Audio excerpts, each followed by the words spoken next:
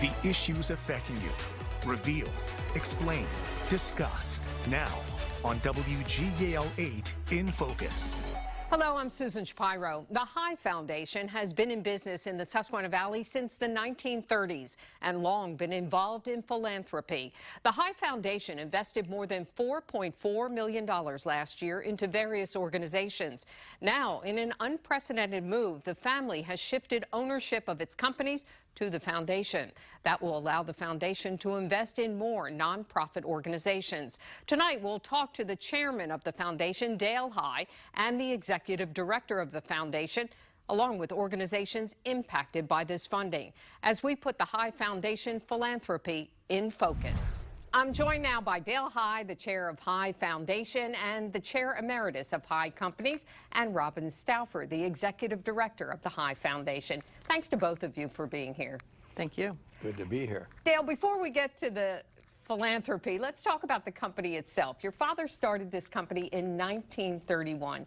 It has grown to a company with revenue of more than $600 million. How did it become so successful?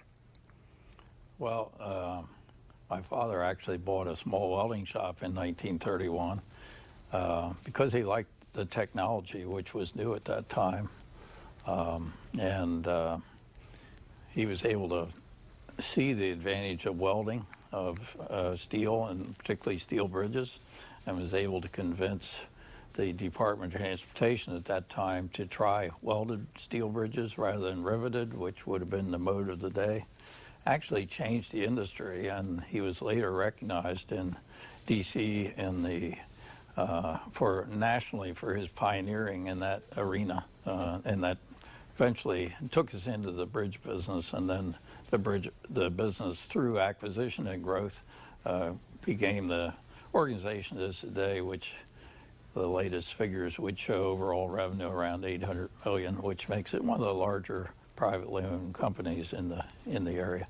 Excuse me, I underestimated, right? 11 different companies, is that correct? That's pretty much correct, yes. Wow, that's amazing. What do you think has made it such a success?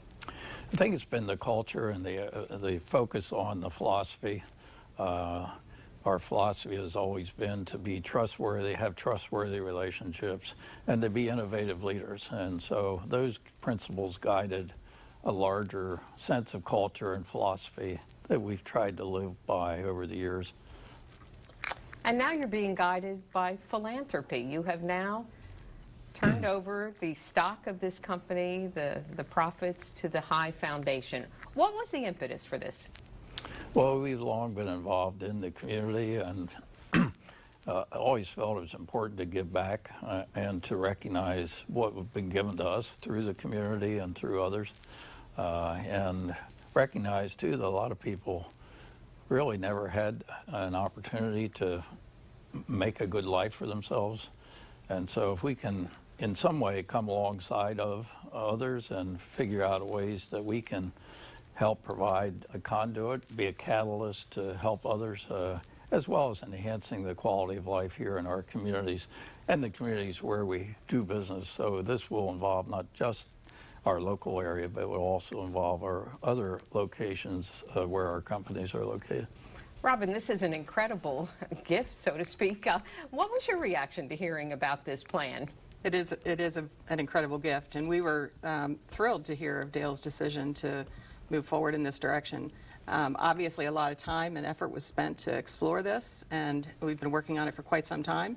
So we were very much looking forward to the day where we could announce publicly this gift to the community and to the communities where we have a business presence. So what will this mean to the foundation? That it can go on forever, pretty much? Well, it's a significant investment in the foundation, and so, you know, our grant making and our investments will increase. But it also, I think, continues the legacy of Dale and the High family in the community through the foundation. You know, this gift will impact our community beyond Dale's lifetime. So that's an exciting thought. I read where you said philanthropy can be a difficult thing. What do you mean by that? Well, it's hard to sort out where the money can best be placed, and to really understand what the real needs are in the community and have the sort of interface with agencies that you know that the giving you are making is really having the desired results that are needed.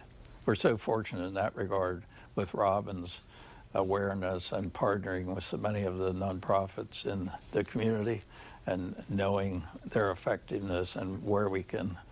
It really helps us to make good decisions. How do you make sure of that, Robin?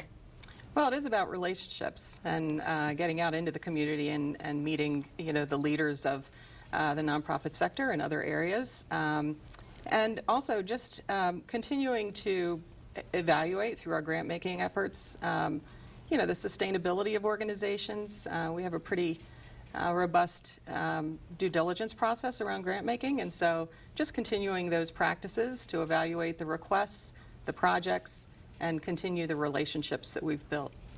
Well, thank you so much for being here, and we're going to talk to some folks who run some of those nonprofits to talk about where this money is going.